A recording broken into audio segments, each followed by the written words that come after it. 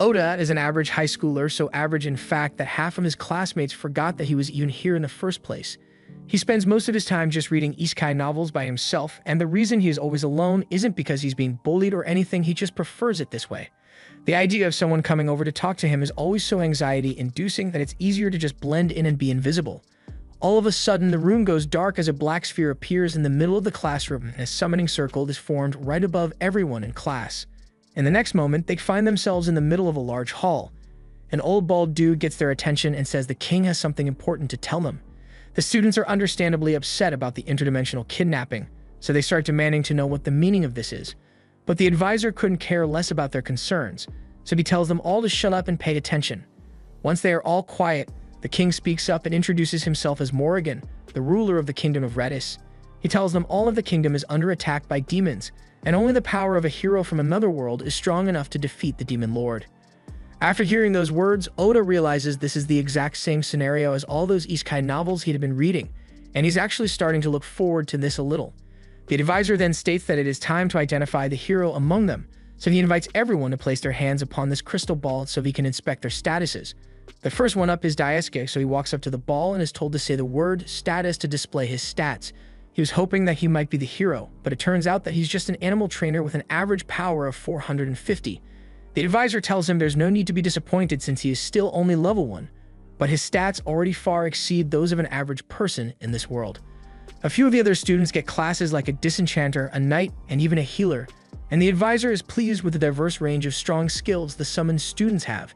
He also informs the students that they can open a personal status window by saying status on their own, and when Oda tries it out, he discovered that he's an assassin. That doesn't come as a huge surprise to him considering his personality, but something he does find concerning is the fact that his stats are abnormally high. Earlier, Daisuke had stats around 450, and the advisor said that was already much higher than average people in this world, but Oda's stats are at 1,800. So what's with the massive disparity? It's Tsukasa's turn on the crystal ball next, so he places his hand on it, and to his surprise, he finds out that he is the hero. The other students aren't all that surprised by this outcome since Tsukasa has always been a prodigy in athletics, academics, and leadership, so he was the most likely to become a hero. The advisor begins praising him for having such high stats since most people cap out around 500 points, but his are around 900. However, if 900 is really all a hero gets, then Oda is even more confused by the state of his own stat screen because it makes no sense for his stats to be so damn high. Nanase asks Oda if he'd like to go next since there aren't many people left, but the idea of revealing his stats to everyone here scares him because he has read enough isekai to know that there's something off about the king and his daughter. He can't even be certain that they were telling the truth about the demon lord they mentioned earlier, so revealing his stats to them would put him at a serious disadvantage. However, simply saying he doesn't want to show his stats would draw too much attention, so he looks at his stat screen and realizes that he has a max-level skill called Presence Concealment, and as soon as he activates it, he practically vanishes from the group without anyone noticing.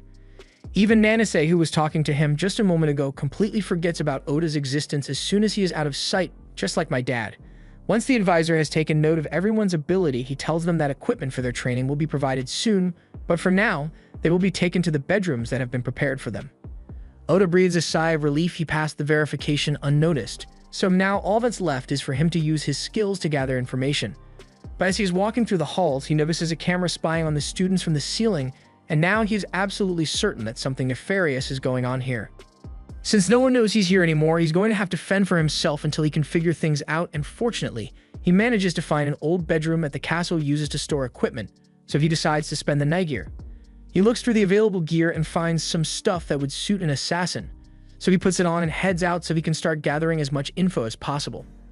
Thanks to his high stats, he is easily able to leap hundreds of feet into the air, so getting around won't be an issue for him. And with his concealment ability, he effortlessly sneaks into the king's room undetected and overhears him talking to the princess about some kind of plan. Morrigan also reminds her to make sure she doesn't let any of the students go into the castle's archive, because it'd be bad if they were to learn the truth.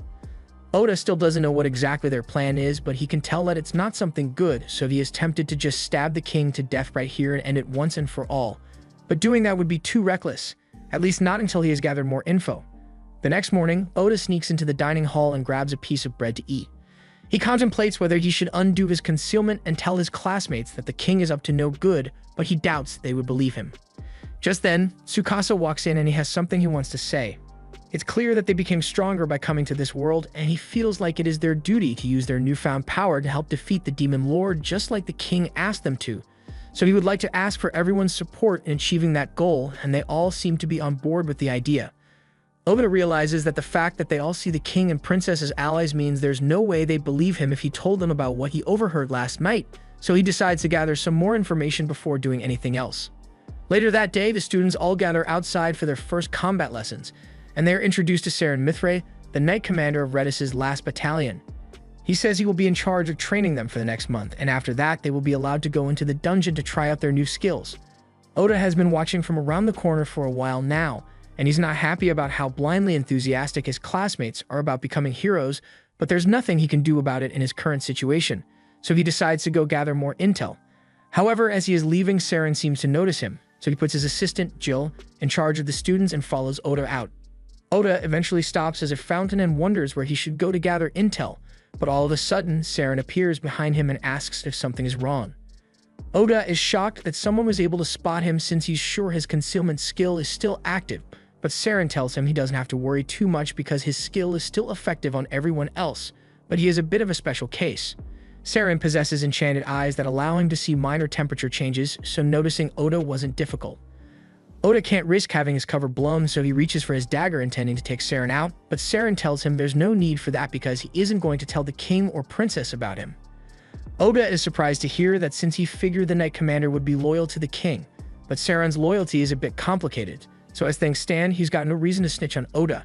He and Oda sit down by the entrance, and Oda tells Saren that he has been trying to find a way to get into the archives because he knows nothing about magic or how this world works. For example, his concealment skill was maxed out from the start, but he has no idea how to level up any of his other skills. Saren offers to teach him how to level up since he wouldn't find that info in the archives even if he tried. Oda is getting a little excited because he has been hoping that he'd get a chance to do some real assassin training, but he doesn't like accepting help for free, so he asks Saren if there's anything he can do for him in return. Saren says he'd just like to hear a bit about what Oda's homeworld is like since he thinks it'll be interesting to learn about, so the two officially start working together. Over the next few weeks, Oda learns about this world's history and how there are separate continents with elves and beast folk out there. After that, Saren moves on to training Oda while Jill handles the training of the other heroes. Things have been going well for a while now, but one night Oda comes to meet with Saren because he found a strange book in the castle's archives. Saren already knows what this is about since he was the one who hid that book in there for Oda to find, and it contains details regarding a coup Saren is planning. He says the king is no longer fit to rule this land because he's willing to pay a horrific price for his own personal gain, and that doesn't sit well with Saren or the other knights, but they'd like to keep things as peaceful as possible to avoid unnecessary bloodshed. Oda thinks things would have been a lot easier if he had just killed the king when he had the chance, but Saren tells him he made the right choice by sparing him in the moment. Killing a man is not an easy burden to bear, especially not for a teenager like him. Just because he is an assassin doesn't mean he is obligated to kill, and if he truly intends to return home someday, he should keep his killing to an absolute minimum. Oda appreciates Saren's advice, but he asks him why he has been looking out for him so much even though he stands to gain nothing. Saren says he has high hopes for Oda, and he's not just talking about his stats. When he was first summoned, Oda was the only one who actually thought things through and didn't just go with the flow. Plus, there aren't many who could endure what Oda has been through and come out stronger. Oda gets a little embarrassed since he has lived his entire life being ignored by everyone around him, and this is the first time someone has ever actually praised him so much. Saren is glad it made him happy, but he does have a favor to ask of him since he could really use some help with the planned coup, and Oda says he will consider it. By the end of the month, the training of the heroes is finally over, so it is time for them all to head down into the dungeon. But while they are being paraded through the streets, Oda notices someone who has been glaring at them from the sidelines, and he wonders why she holds such animosity towards the heroes, so he sneaks up behind her to ask. The girl is startled by Oda's sudden appearance, but he assures her that he means no harm. He just wants to know why she seems so hostile towards the heroes when all the other people seem to support them. The girl asks him if he really doesn't know what the kingdom has to sacrifice to summon them here. But this is Oda's first time hearing of any sacrifice, so he's not sure what she's talking about. She could have easily told him what it was, but instead she tells Oda he should find out the answer for himself since this won't be the last time they see each other. As the party heads into the dungeon, they are forced to battle their way through a large group of orcs, but no matter how many they kill, even more always end up appearing. Tsukasa suggests they should all retreat for now, and Saren agrees since they've made enough progress for today, so he uses his divine sword skill to clear a path to the exit and tells everyone to run as fast as they can. However, after walking through the door, they find themselves cornered by even more monsters, so their chances of escaping are looking slim.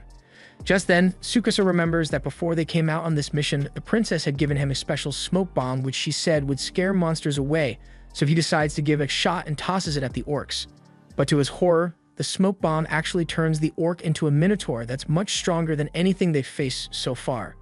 By the time Oda and Jill arrive, the party is already on the verge of defeat, so Oda springs into action and tries stabbing it in the back of the neck, but its hide is way too tough for him to pierce, so his sword shatters on impact. Oda is forced to fall back and find Tsukasa kneeling on the floor with a broken arm. He's in the middle of a serious mental breakdown because he can't handle the fact that he's not strong enough to defeat the Minotaur on his own. Oda knows Tsukasa has a strong sense of responsibility, but he has never been one to crumble under pressure like this, so he gets the feeling that somebody did something to him. He asks the party's disenchanter to try casting Dispel Curse on him to see what happens, and sure enough, the remnants of a curse are seen floating off his head, so someone definitely planned this whole attack and Oda has a good idea of who's behind it. While Tsukasa's curse is being dispelled, Oda tells Saren that he plans to give his new skill a try, so Saren launches a flash of lightning at the Minotaur, and as it is being electrocuted, Oda activates his shadow magic. Dark tendrils begin to emerge from the shadows before piercing the Minotaur where it stands. Once it has been restrained, Oda begins pulling it into the shadows until its entire body is devoured, leaving only its head behind. However, while he may have successfully killed the Minotaur, he still doesn't have full control over his shadow powers, so he begins struggling to keep them from going out of control. Fortunately, Saren comes to his aid to help him remain calm until he is eventually able to withdraw the tendrils. After the battle is over, everyone returns to the castle, and Saren congratulates Oda on a successful mission. It's thanks to him that everyone managed to make it home safely, but while his shadow skill may be incredibly powerful, it also takes a massive toll on him, so Saren tells Oda to avoid using it unless absolutely necessary. He tells Oda that he has a gift for him, so he hands him a katana. He says the blade was forged by the first hero who was summoned centuries ago, and Oda is grateful for it, but he wonders why Saren is giving it to him instead of the current hero of Tsukasa. Saren explains that Tsukasa was already given a holy sword to use in battle, plus the king would definitely notice that something was wrong if he saw Tsukasa wielding the katana since Saren kind of stole it from the royal armory. Oda understands, so he accepts the katana, and he thinks it's cool that he gets to use the same sword as the former hero. But speaking of heroes, he recalls that the situation with Tsukasa hasn't gotten any better. They were able to figure out that he was cursed, but while some of the symptoms were alleviated by the disenchantment spell, the curse itself still persisted, and Oda plans to find out why. Later that night, Oda sneaks into the princess's room and finds her in the middle of strengthening the curse on Tsukasa with a magic crystal and turning him into a puppet. But before she could finish her spells, Oda takes action and slices the crystal in half. This should take care of the curse for now, but he still has a few questions he'd like to ask her, so he points his sword at her throat and demands to know why she is doing this. The princess coldly says that everything she does is for the sake of the king, so he asks her why she is following his orders, but upon closer inspection, he notices that there's not a single original thought going on behind those eyes. She's obviously being controlled as well, and it wouldn't be right to kill her if she's not doing this of her own free will, so Oda simply leaves. However, he probably should have taken her out anyway because as soon as he is gone, she goes into her closet full of cursed crystals for each of his classmates and begins using those instead. A little while later, Oda takes the crystals to Saren and asks if he knows anything about it. Saren has definitely seen these crystals before, and he mutters to himself that he can't believe the king hasn't given up on this yet. That aside, he asks Oda if he revealed himself to the princess while he destroyed the crystal, and he admits that he did, but only because he wanted to find out what she's thinking and why she's doing all this. Saren tells him that the princess is nothing more than a puppet for the king at this point, but Oda has done enough for today, so Saren says he should go to sleep. But he advises Oda not to rest on castle grounds any longer.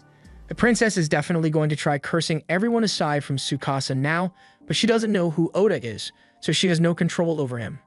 She may not know exactly who he is, but now that she is aware that there is an assassin on castle grounds, Saren is sure the guards will spend the night searching every nook and cranny, so Oda won't be able to hide in storage closets anymore. Oda apologizes for revealing himself without thinking of the consequences, but Saren tells him there's no need to apologize. Making mistakes is a natural part of youth, so it's Saren's job as an adult to help him handle the aftermath. Oda says he is grateful that he has someone like Saren looking out for him. And Saren says that if he really wants to express his gratitude, then Oda should bring him along once he finally finds a way to return to Japan. Oda spends the night out in one of the trees, but he is woken up when he hears a huge commotion early in the castle. He wonders what could possibly be going on so early in the morning, so he heads over to take a look. He finds a few guards and his classmates gathered around, and once Tsukasa spots him approaching, he is relieved to see Oda again. Oda is glad to see that the curse on Tsukasa was broken, but Tsukasa looks panicked and asks him where he has been. Oda explains that he was just taking a nap and asks what's going on here. He had expected something mundane, but to his horror, he found Commander Saren lying on the floor with a dagger through his chest. Oda breaks down and asks who could do such a thing. But suddenly, all of his classmates turn on him, accusing him of being the killer. The dagger in Saren's chest is the same one they saw Oda using just a day ago. That would be compelling evidence against him, but they literally saw his dagger shatter against the Minotaur in the dungeon, so this one couldn't be his. Even so, his classmates all say he is way too suspicious because he is always disappearing and appearing whenever he wants. Oda realizes that the princess must have successfully cursed all of his classmates for them to be acting this way, so the only one who is still normal is Tsukasa. He tries sticking up for Oda since it's not fair to accuse him of murder without any evidence, but all of a sudden, the king shows up and announces that Oda is being charged with treason for the murder of Commander Saren, so he orders the guards to execute him immediately. Oda sees a smile flash across the princess's face, and in that moment, he realizes that he is being set up, so no amount of explaining will be enough to get him out of this mess.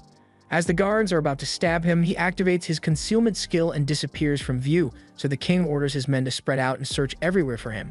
In the meantime, Oda sneaks up next to Jill since he knows he is trustworthy. And once he gets Jill's attention, he is informed that the real culprits behind Saren's death were the king's personal assassins, and now they'll be coming after Oda next, so he is going to have to go on the run. Jill explains that Saren had anticipated something like this happening, so he prepared a bag of supplies ahead of time for Oda to use. Oda thanks Jill for the information, and after gathering the provisions, he leaves the kingdom. That night, the king and princess meet to discuss the plan's progress, and the king is honestly surprised by how easy it was to take out Saren, but it's a good thing the assassins were able to deal with him quickly. The princess has also finished applying curses to all the students aside from Tsukasa, so now they just need some sort of justification to start a war with the nation of the East.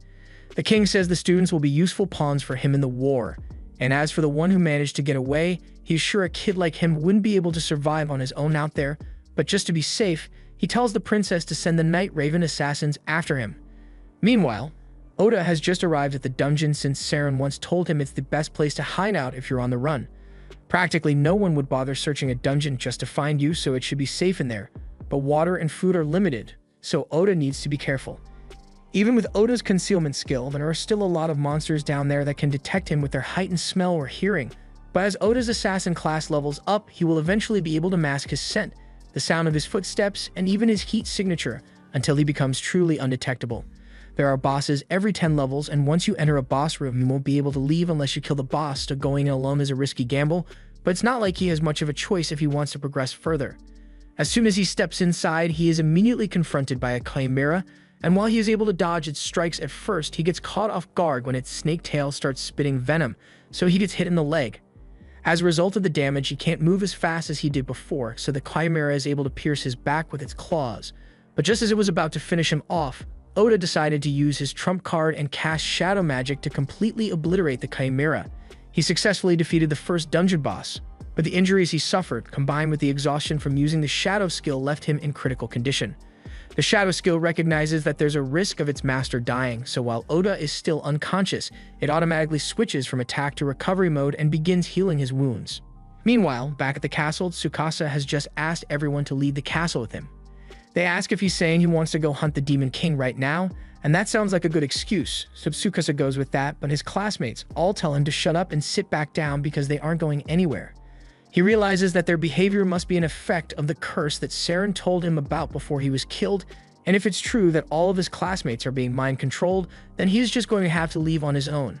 However, to his surprise, a few of his classmates actually do agree to leave with him, and a few hours later, they are all standing outside the city limits. They are surprised that they managed to get out so easily, but it makes sense since their excuse was that they wanted to fight the Demon Lord, and it wouldn't make sense for the king to stop them from completing their mission. That aside, Tsukasa wonders why the others chose to join him when everyone else refused to even consider it, so Yuki tells him that she doesn't think anyone here is currently afflicted by the princess's curse. Asakina adds that he thinks his actions might have played a part in breaking them free from the curse, since even though he's not sure why he did it, He has fuzzy memories of himself sneaking into the princess's room and shattering a bunch of crystals in there. We later find out that Jill was the one responsible for it because he used his manipulation skill to take control of Asakina's body in order to undo the curse. And even if he was only able to break a few of the students free, he is glad he managed to fulfill Seren's last wish. As the group leaves the kingdom, Asakina thinks to himself that he needs to find a way to reconnect with Oda somehow.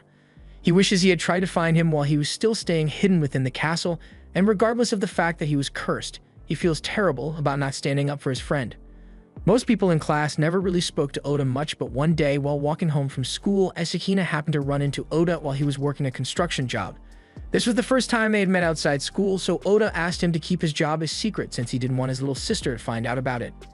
Asakina promised to keep the secret since he knows what it's like to look after a little sister. And it just so happened that both of their sisters were best friends, so they had a good laugh about the coincidence.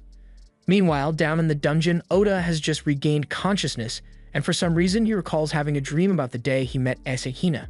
He really hopes Asakina is doing alright, and he is just as worried about his mom and sister back in Japan, but after he is done worrying, he suddenly comes to the realization that he isn't in excruciating pain even though he got his back clawed out by the chimera. He calls out for his status screen, and from what he can see, his stats went up a lot from defeating the chimera, but that doesn't explain why his HP is almost full despite all the damage he took in that fight. He also notices that his shadow magic skill is now level 3, and he doesn't understand how it could have gone up so much after he only used it once, but he has no time to think about it. Therefore, he decides to keep moving. Further down in the dungeon, he ends up running into a giant slime, and after cutting it open, he finds a pretty elf girl inside. He thinks this is the perfect opportunity to try out one of the new skills he got from leveling up, World's Eye. He activates the skill, and all at once, every bit of information about the girl's life comes flooding into Oda's mind, but it's way too overwhelming for him to process it all, so he cancels the skill halfway. The girl barely has 2% of her HP left, so Oda carries her up to the 69th floor and sets her down by a pool of water so she can rest. She later wakes up and Oda hands her some water to drink to make her feel better. He tells Amelia she should get some more sleep so she can recover properly, but she says she's too hungry to sleep, so he makes her a bowl of porridge. The girl is grateful for the food and starts eating right away. After she's done eating, she asks Oda how she got here since she remembers being further down in the dungeon, and he explains that this was the closest watering hole, so he carried her up. She's surprised that he went out of his way to look after her even though they've never met before, because that's the nicest thing anyone has ever done for her. A few hours later, Amelia is back to full strength, and she and Oda have made it all the way down to the 80th floor, but Oda wonders why she is following him since he assumed that she would want to return to the surface as soon as possible. Amelia tells him she came down here to clear the dungeon just like him, so she's not leaving until she has accomplished her goal. The two make their way into the floor boss room, and the second they set foot inside, they are attacked by a dragon. They both jump out of the way, and Amelia uses gravity magic to weigh the dragon down while Oda goes for a finishing blow. However, the dragon was somehow able to locate him and swats Oda out of the air. Amelia tells him that the dragon is probably tracking his mana signature, so he should diffuse it into the surroundings, but Oda has no idea how to do that, so he does the next best thing and uses pure mana to launch an attack at the dragon before stabbing it to death through the eyes. The dragon falls to the ground defeated, but Amelia is confused by what Oda just did, so he explains that he didn't know how to diffuse his mana into the surroundings, so he just used the surrounding mana to attack instead. Amelia is shocked to learn that he is capable of such a thing, but before she could ask for more information, the dragon corpse suddenly begins glowing. After a few seconds, the dragon turns into a cat, but they are still wary of it, so Amelia scans its status and finds out that it's a shapeshifter, not a real dragon. That explains why they were able to defeat it so easily, since a real dragon would have mopped the floor with them in a fight. All of a sudden, the cat wakes up and it starts complaining about how humiliating it is that she lost to a human. Oda is surprised to hear the cat talking since he didn't know monsters could speak, but the cat scoffs and tells him she's no ordinary monster. She was personally created by the Demon Lord and bestowed high intelligence, so she is much more sophisticated than a regular monster. She just wanted to have a little fun by role-playing as a dragon, but she took it too far and it cost her the fight. She tells Oda that he is free to kill her if he wants, but first, she has a message from the Demon Lord that she needs to relay to him. The message is basically inviting Oda to visit the Demon Lord's castle, but Oda doesn't understand why the Demon Lord would want to see him, or how he even knows of Oda's existence in the first place. The cat tells him she's just as clueless as he is when it comes to the Demon Lord's plans, but her duty is done, so she lies down on the ground and tells Oda he can start killing her now. Oda tells her he's not going to do that because while the cat may be a demon, he doesn't necessarily think she's evil. Plus, he has a soft spot for cats, so he'd rather avoid brutally murdering one. The cat reminds him that the boss's room doors won't open unless someone dies, and she doubts he want to spend the rest of his life trapped, but Oda insists that he will find another way. Amelia speaks up and mentions that there might be a workaround for this, since if Oda were to make the cat his familiar, then she would no longer count as the floor boss and the doors would open. However, there's a catch. The pact ritual requires extremely precise mana control, and if Oda messes it up, there's a chance that both he and the cat could perish. Oda doesn't even flinch and says he's fine with the risk. But that makes no sense to Amelia, so she asks him why he is so willing to die over a cat he just met. He says it's just something he decided to do, so he's going to see it through to the end, and the cat really doesn't care either way, so she tells Oda he's free to do whatever he wants. Oda asks Amelia to explain how the ritual is meant to be performed, so she tells him that first she needs to give the cat a name. He thinks about it for a bit until he eventually comes up with the name Night. He chose that name because the cat's fur reminds him of the beautiful night sky, and she kind of likes the name, but she acts like she doesn't care. Oda then asks Amelia what the next step of the ritual is, so she tells him he is going to need to pour his mana into the cat to bond their souls together. She thinks Oda should be able to pull it off, but she does warn him that once he starts, there's no going back, so if he fails to do it on the first try, he will die. Oda tells her there's nothing to worry about because he's sure he can handle it, and she trusts him. So he begins pouring mana into Night, and a bubble forms around them as Oda is dried into Night's soul. At first, things seem peaceful here, but he suddenly finds himself falling over a city facing imminent destruction. And the one responsible for all that destruction was none other than Night.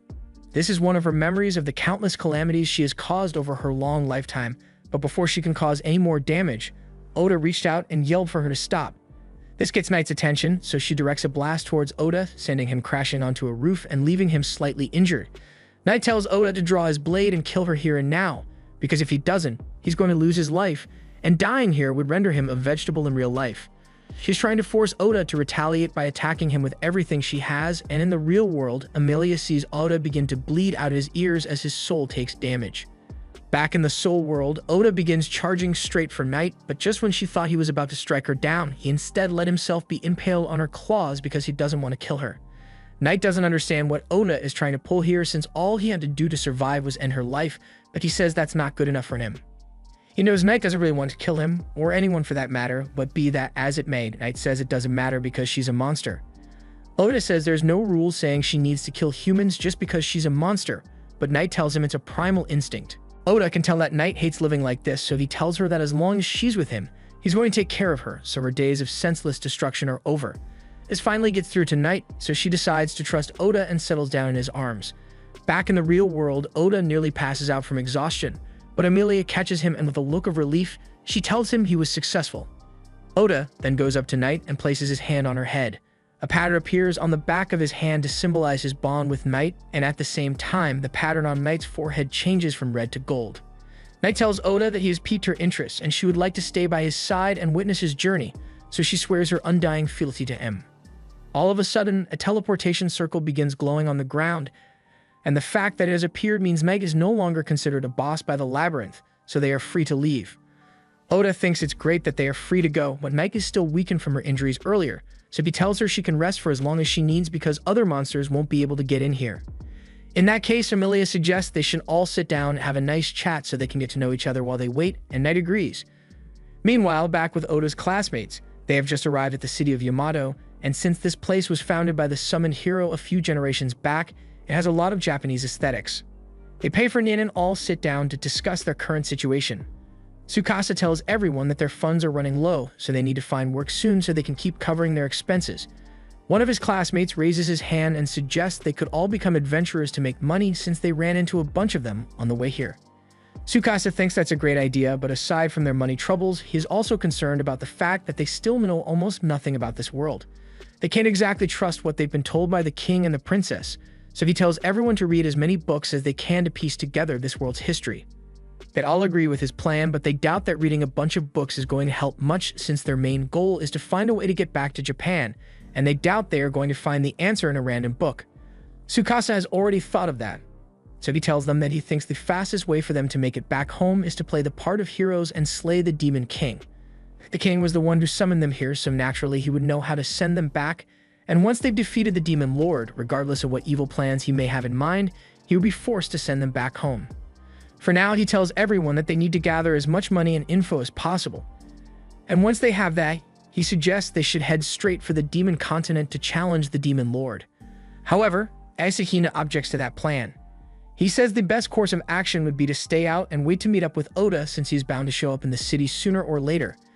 Oda is without a doubt the strongest out of all of them here, so Asahina thinks it would be foolish to challenge the demon lord without his strength. Nanase agrees because he never really got a chance to speak to Oda before, but Daisuke strongly opposes the idea because he still thinks there's a chance that Oda was the one who killed Commander Saren. Asahina tells him they've already discussed this before, but the king used magic to manipulate their memories to turn them against Oda.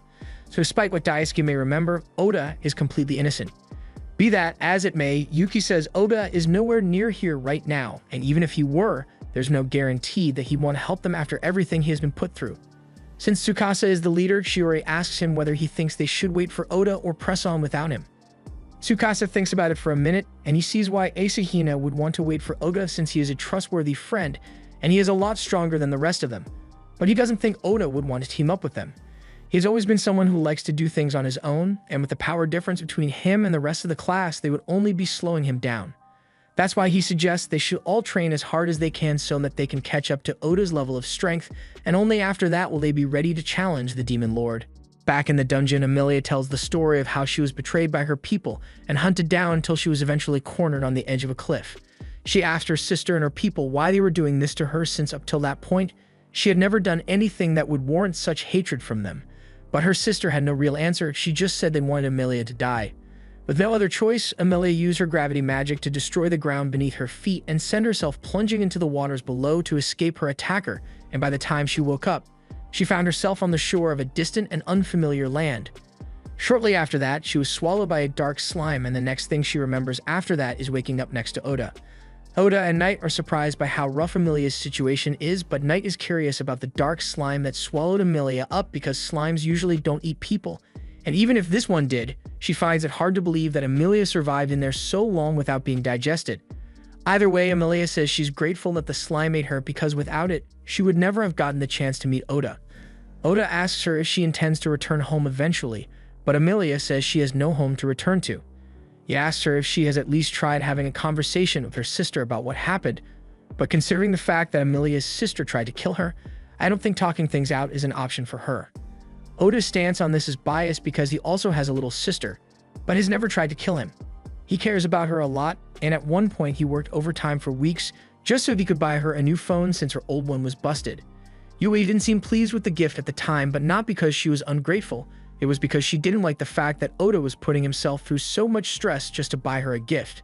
Just then, their mom came out and told Yui not to give Oda such a hard time about it, since he only pushes himself because he loves her. Yui still felt bad about Oda working so hard for her sake, but she appreciated the gesture, so she thanked him for always looking out for her. Oda really misses her and his mom, so he wants to return home as soon as possible, but before that, there's something he needs to do. Back in Japan, no one ever seemed to notice Oda, which is probably why his presence concealment is one of his strongest skills. However, Commander Saren paid attention to him, and Oda owes a lot of his growth to him. But then the king murdered him in cold blood just so they could frame Oda, and he refuses to let that transgression go unpunished. They are all arrested now, so Oda asks Knight where the teleportation circle is going to take them. Unfortunately, she says she has no idea, since there are only a few demons in the world who are capable of manipulating teleportation circles, and she isn't one of them. Emilia recalls hearing a rumor that teleportation circles send you to the place you most desire to go, and if there are multiple users, it will pick one person and send everyone to that person's destination. They all go through, and in the next moment, they find themselves in the middle of a large plain with a massive tree in the distance. To Oda, it is a pleasant surprise, but to Emilia, this is a horrifying turn of events because she recognizes that tree, and it means she is back in the Elven Kingdom. All of a sudden, an elf scouting in a tree nearby spots them and immediately fires an arrow at Emilia. Oda notices in time to pull her to safety, and afterwards he apprehends the elf and brings him down for interrogation. The elf says he was sent out here to investigate a strange blue light that suddenly appeared, but to his surprise he found the traitorous princess, and it was murder on sight from there. He then proceeds to insult Emilia with extreme malice, so Oda knocks him out, but that doesn't solve their problems because while the elf was talking, more elves showed up and surrounded them, including Emilia's sister. Before all this, Emilia's life was going pretty well. She was in line to become the next ruler of the elf kingdom, and she had a great relationship with her sister, or so she thought. Gradually, all her advisors and guards began to turn on her until one day, Kilika suddenly accused her of committing a heinous crime. And without investigating at all, the guards all concluded that Amelia must be guilty because she is a child of blight. She was forced to flee the kingdom before Kilika, and the guards could capture her. And now that they are face to face again, she doesn't know what to do. She tries telling Kilika that she will leave on her own, so there's no need for violence, but Kilika is hell-bent on capturing Amelia. However, before Kilika could do anything, Oda steps in front of Amelia to protect her. Kilika asks Oda who he thinks he is to be interfering in the matters of elves, but he says he met Amelia a day ago and he happens to like her, so he won't let Kilika speak to her like that. He also noticed that Kilika keeps referring to Amelia as a criminal, so he asks what crime she actually committed, and to that, Kilika rolls down her sleeve to reveal a large bruise that runs all the way across her arm.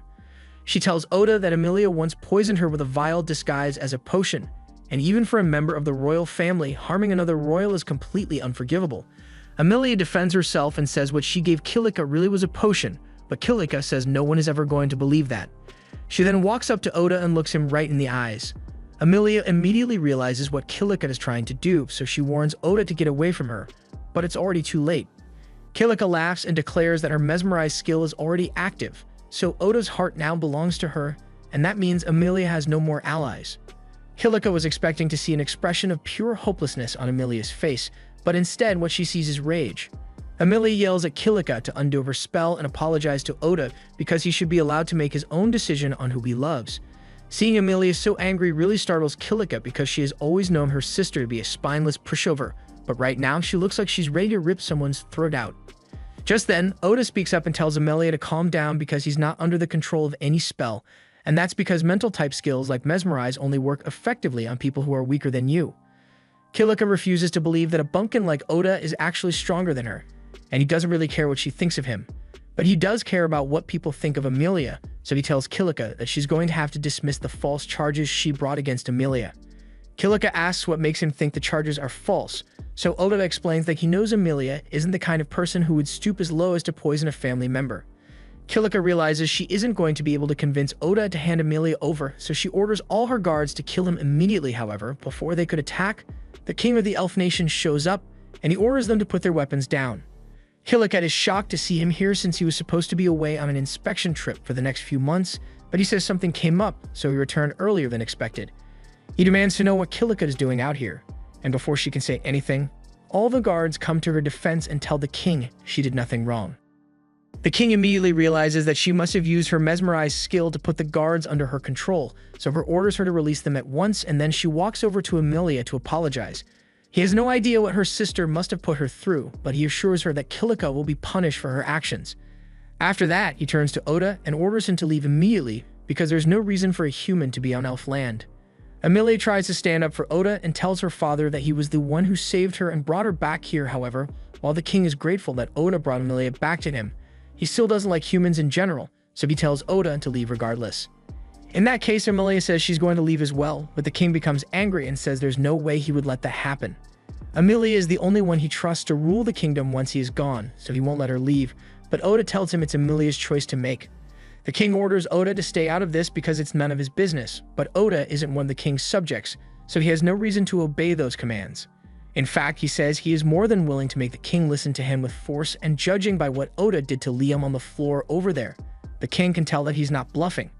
With that said, the king has never been one to duck a fade, so he issues a challenge to Oda under the condition that the loser has to obey the winner's commands, and Oda accepts, so the king says the duel will be held at the base of the holy tree in accordance with their tradition. As they walk toward the tree, Amelia apologizes to Oda for dragging him into this mess, but he says there's nothing to apologize for because he's the one who chose to get himself involved. Changing topics, he recalls Kilika referring to Amelia as a child of blight, so he asks her what that's all about. Amelia explains that there's an old elven legend that says whenever a set of twins are born, one will differ from their parents, and this child is said to bring calamity upon the land, hence they are referred to as a child of blight. People used to kill the odd twin at birth because of this, and Knight is surprised to hear that elves still believe it despite the fact that the legend was proven to be mere superstition long ago. Amelia says it usually isn't an issue anymore, but Kilika has been bringing it up a lot lately since her eye and hair color are different from that of the rest of her family. It's pretty obvious that Kilika was just using that as an excuse to alienate Amelia, and personally Oda says he thinks Amelia's hair and eyes are beautiful. They eventually arrive at the holy tree, and since Kilika was the one who started this whole mess, she will be facing Oda in the duel. Before the match begins, Oda decides that he won't use his concealment skill since there would be no point in winning unless everyone clearly sees him do it. Amelia warns Oda that Kilika is the strongest swordsman among the elves, so facing her won't be easy, and he needs to be careful.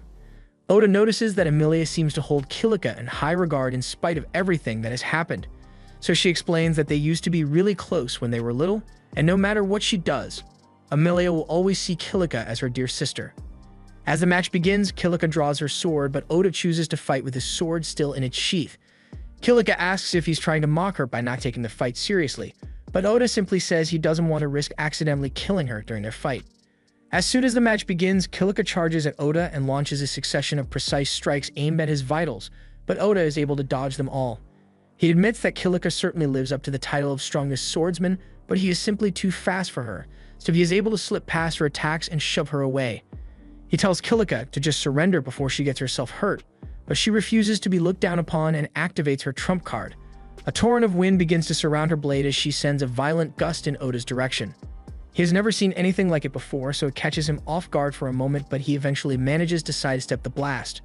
Meg recognizes Kilika's technique as buff magic, and Amelia explains that she is the only elf capable of using it, so she is trained with it to the point of near perfection.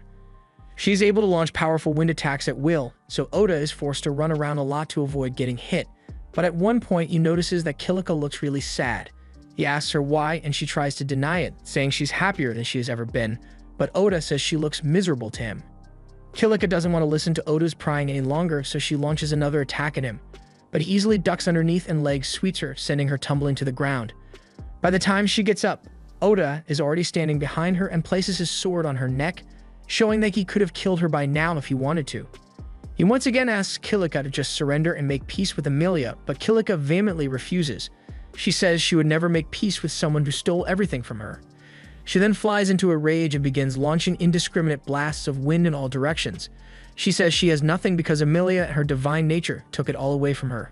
Kilika used to get along great with Amelia when they were younger, but then it was discovered that Amelia possessed the spirit medium class, and with that once mastered, she could become one of the strongest people on the continent, so from that day onward, nothing Kilika did was ever good enough. Amelia tries to tell her that that's not true, but Kilika is too upset to listen to reason right now. Just then, Liam approaches Amelia and asks her to help save Kilika with this, and she immediately understands what he's trying to do. She climbs onto Knight's back and uses the power of the holy tree branch Liam gave her to cast purification magic and release everyone from Kilika's mesmerized spell. This sends Kilika into an absolute frenzy, so she unleashes her most powerful wind blast yet, and Oda is forced to use his shadow magic to counter it. He is eventually able to overcome the force of her wind magic, knocking Kilika to the ground and causing her to lose the will to fight. Just then, Liam and Amelia walk over to check on her, and Kilika asks if they are here to mock her now that she has been defeated. Liam tells her that's not the case because he's actually worried about her, but she doesn't believe him since she thinks that as soon as the mesmerized spell wore off on him, he rushed straight to Amelia's side and helped her undo the rest. However, Amelia tells Kilika she's wrong because Liam was never actually under her spell. Kilika thinks Amelia is simply lying to her, so she says they should hurry up and exile or execute her already because she doesn't want to live like this anymore. But the king says if anyone should be punished, it is him because he's the one who caused Kilika to turn out this way.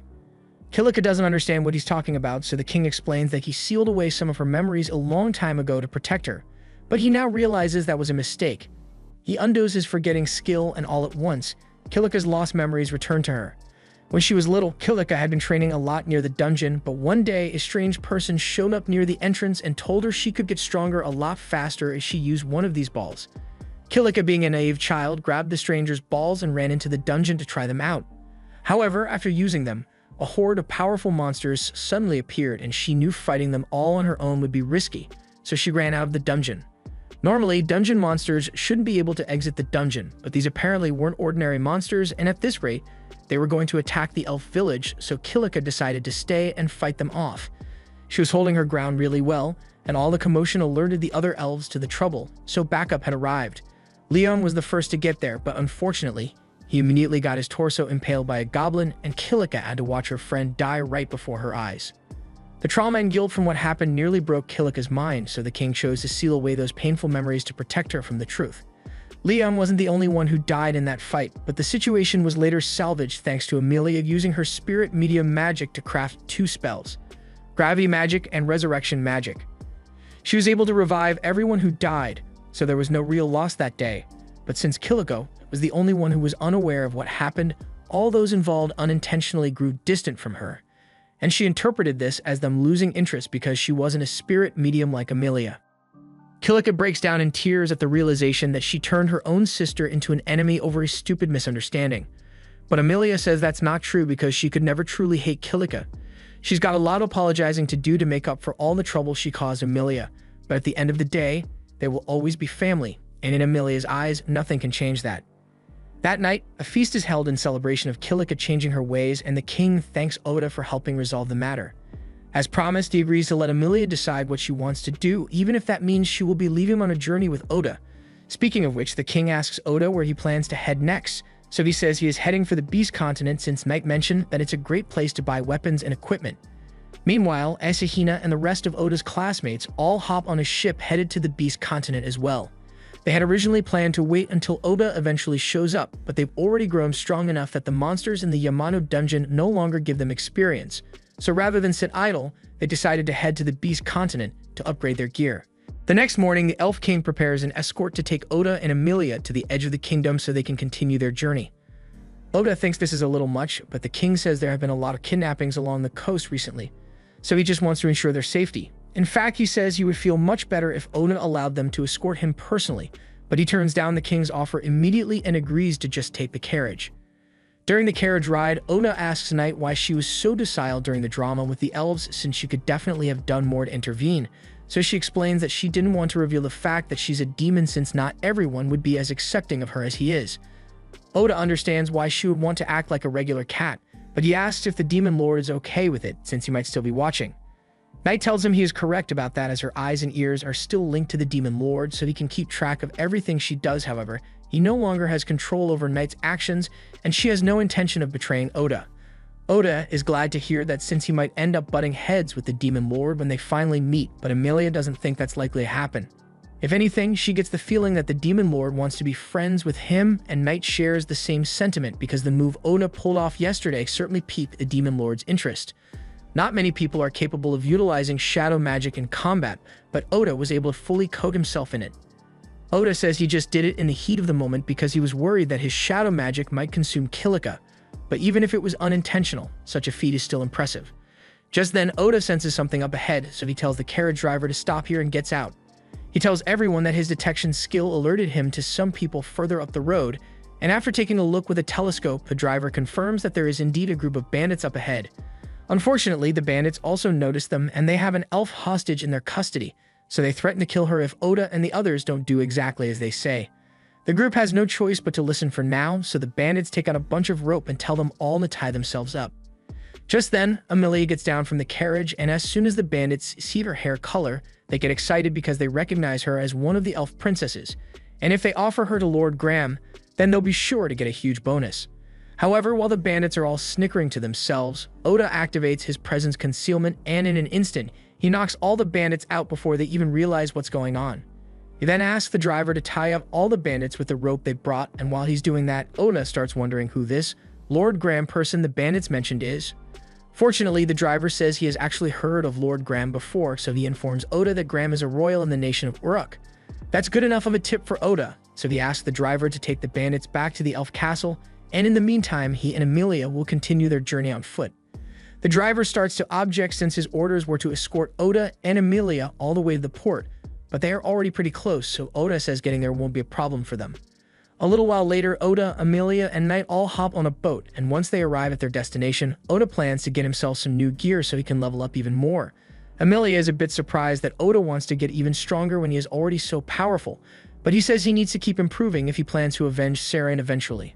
Knight mentions that the port city they are headed to has a labyrinth in it, so if Oda wants, he can level up once they get there. However, that's going to take at least a few days, so she says they should just sit back and enjoy the journey until then. Amelia is excited since this is her first time traveling by ship, and she says she's excited to watch the sunset with Oda, but when she turns to ask him what he thinks, She realizes that he wasn't paying attention to a single word she said. He's busy reading a book that Amelia's father gave him as a parting gift, and he's so engrossed in it that he barely notices Amelia pouting at him. Oda spends the entire ship ride reading his book, so by the time they arrive on the beast folk continent, Amelia has barely been able to spend any time with him. As they get off the boat, Oda notices that humans are the only ones doing the manual labor here, which seems a little odd, but after taking a few steps into the city, he is confronted by a group of beastmen who order him to leave Amelia behind and get out of here. He realizes that the beast folk here must look down on humans, and dealing with these clowns could turn into a huge hassle, so he asks Amelia to stand back and let him handle this. He begins walking towards the beastmen, and they all begin mocking Oda because there's no way a puny human could possibly stand up to their strength, but even though Oda could easily beat them up, he opts for the more classy option and uses his shadow magic to blind them instead. He then leads Amelia past the goons, but as they walk into town, he notices that a lot of the people here are staring at them, and their gaze seems to be aimed at Knight. Knight explains that cats are despised and feared here. Later that night, they check into a hotel, and after having a hearty meal, Oda suggests they should head to bed. The room has 2 beds, but with a flushed face, Amelia says they are so big that she and Oda could probably just share one. Hearing this catches Oda off guard, but Knight knows exactly what Amelia is trying to do, so she decides to head out to give her and Oda some privacy. Oda tries to convince Knight to come back, but she's already long gone, and Amelia announces that she's going to take a shower, so he doesn't know what to do. By the time Amelia returns in a nightgown, she finds Oda using the advanced technique of pretending to be asleep. She assumes he must just be exhausted from the long journey, so she decides to hold off on her planned activities and just climbs into bed next to him to get some sleep. The next morning, Knight returns to the room, and when she sees Oda and Amelia in bed together, she assumes they must have had some fun after all. But that's besides the point. She tells them that a guest will be arriving soon, so they need to get dressed. A little while later, there's a knock at the door, so Oda tells the visitor he can enter, and a man named Crow walks in. Knight explains that Crow is the best blacksmith on the continent. She met with him last night and asked him to come here. Normally, Crow would never accept requests like this, but since the Nightmare of Adelia personally came to make the request, he couldn't refuse. Amelia wonders what Crow meant when he referred to Knight as the Nightmare of Adelia, but there's no time to ask about it because Crow asks Oda to hand over his weapon so he can inspect it. He can tell that Oda probably overused this thing in a labyrinth recently with all the damage it has accumulated, and Amelia is impressed that he can see all that from just a glance. Oda asks if Crow is going to be able to repair it, and Crow says that with the right materials and budget, he should be able to get it done. Oda also asks if he could make roughly 20 throwable assassin knives, but Crow looks surprised to learn that Oda is an assassin. He composes himself and tells Oda that he probably doesn't have the experience to properly use weapons forged by him, and Amelia gets offended by the fact that Crow is calling Oda inexperienced, but Oda can't exactly deny it. Knight asks Amelia to calm down because while Crow may be a smith right now, he was once a member of the hero party, so when it comes to combat, he knows what he's talking about. Crow meant what he said about Oda being inexperienced, but he still agrees to forge the weapons Oda asked for, so he writes down a list of all materials Oda will need to gather, and in the meantime, he's going to hold onto Oda's sword to make sure he doesn't damage it any further. Crow taking Oda's sword was a bit unexpected, but Knight assures him that Crow is the best there is, so Oda's weapon is in safe hands. Oda takes Knight's word for it, but even if Crow can fix the sword, Oda has no idea where to get all the materials he asked for. Knight tells him that the easiest option would be to hunt for them in this city's labyrinth, and it would give Oda a chance to level up as well, so he thinks the idea is perfect. The labyrinth in the city is located near the center, but access is limited based on one's rank as an adventurer. Oda doesn't think that will be much of a problem for him, so he begins making plans for the hunt, but while he's doing that, Amelia asks if it's alright for her to head out for a little bit since there's something she wants to talk to Crow about. Oda says he's fine with it since he still has a lot of research to do on the labyrinth here before he's ready to go in, but he asks Knight to go with her and contact him with telepathy if anything happens. A little while later, Amelia and Knight arrive at Crow's workshop, and Amelia mentions that she heard that when the previous hero party failed to kill the demon lord, only the hero and a beastman managed to survive, so that beastman must have been Crow. Crow tells her she's free to mock him for his failure if that's what she wants to do, but that wasn't Amelia's intention. She believes Crow managed to survive because he is strong, and that's why she would like him to teach her to fight. Crow immediately refuses because he decided long ago that he would never accept another apprentice. He says everyone whom he has tried to train would either run away or fall into severe depression, so he doesn't want to waste his effort, but Amelia assures him that she will neither give up nor break down. She wants to stand by Oda's side with her head held high, and to do that, She can't let the power gap between him and her grow any wider, so if Oda plans to grow stronger, then she wants to train as well. Crow once again refers to Knight as the Nightmare of Adelia and reminds her that the deal was that he would only accept the request to fix Oda's equipment. However, she points out Amelia is making the request on her own, and this has nothing to do with Oda. Furthermore, she says she would appreciate it if Crow stopped referring to her as the Nightmare of Adelia since her name is Knight now, and Amelia is curious, so she asks why Crow keeps referring to Knight that way. Knight explains that decades ago, the Demon Lord sent her to the city of Adelia in retaliation after the people had invaded the Demon Kingdom. Technically, Knight's job was just to issue a warning to the leaders of the city, but she was blinded by rage and kind of took things a bit too far, nuking the entire city in the process. She knows she had no reason to do all that, and she takes full responsibility for her actions, which is why she wanted Oda to kill her when they first met. However, she has changed since then, and as long as she is serving under Oda, the history will never repeat itself. Crow asks her if she really thinks it's that easy to turn over a new leaf, but Meg is well aware that the things she has done are unforgivable, so she understands if Crow still despises her. However, on the contrary, Crow says he never bore any resentment towards Knight. A few years ago, after he and the hero party failed to kill the Demon Lord, Crow was holding a memorial in front of his sister's grave when Knight happened to run into him. She immediately recognized Crow as one of the heroes who escaped the Demon Lord, and she could tell that he was mourning, so she told him that if he wanted to kill her, she wouldn't fight back. However, Crow told her that he knows she is nothing more than a tool the Demon Lord created to do his bidding, so blaming her would be the same as blaming the sword instead of the swordsman. In that case, Knight asks if he intends to go after the Demon Lord again, but Crow told her that it was neither her nor the Demon Lord who killed his sister. After Knight's attack, Crow's sister had been trying to help the people trapped under the rubble. However, at the same time, a nobleman was desperately trying to flee the city, and since Crow's sister was in the way, he decided to blast her to ashes instead of just going around. That's the man who took his sister from him. So Crow swore that if he was going to take revenge on anyone, it would be Lord Graham. However, he never ended up going through with it because he knew his gentle sister wouldn't want him to go down that path. Just then, Amelia speaks up and basically calls Crow a bitch for being too cowardly to take revenge for his sister. He just fabricated the idea that his sister wouldn't want this to justify running away from reality, and Amelia understands what he's going through better than anyone. She spent a lot of time lying to herself, claiming it was all for the sake of her sister, but Oda opened her eyes to how wrong she was about the situation. Amelia's words really struck a chord with Crow, and he needs some time to process his emotions, so he asks Amelia and Knight to leave him alone for today. Meanwhile, Odds is out in town doing some research on the labyrinth when all of a sudden, monsters erupt from the labyrinth and spill out onto the street. Amelia sees the chaos and tries to intervene, but she is confronted by a boy named Oram, and she recognizes him as the same person who tricked Kilika when they were kids. Oram says he has orders from the Demon Lord to keep Amelia alive since she can use interesting magic, so he surrounds her with monsters and takes her captive. By the time Oda arrives, Oram has already taken Amelia into the dungeon and plans to get her back, but first, he needs to clean up this mess, so he asks Meg to stand back. Meg realizes what he's about to do, so she takes off flying to leave the area, and Oda activates his shadow magic with no restrictions, allowing it to consume all the monsters in the area, but the strain on his body causes him to pass out afterwards. This was the end of episode 5. Subscribe to not miss the next part.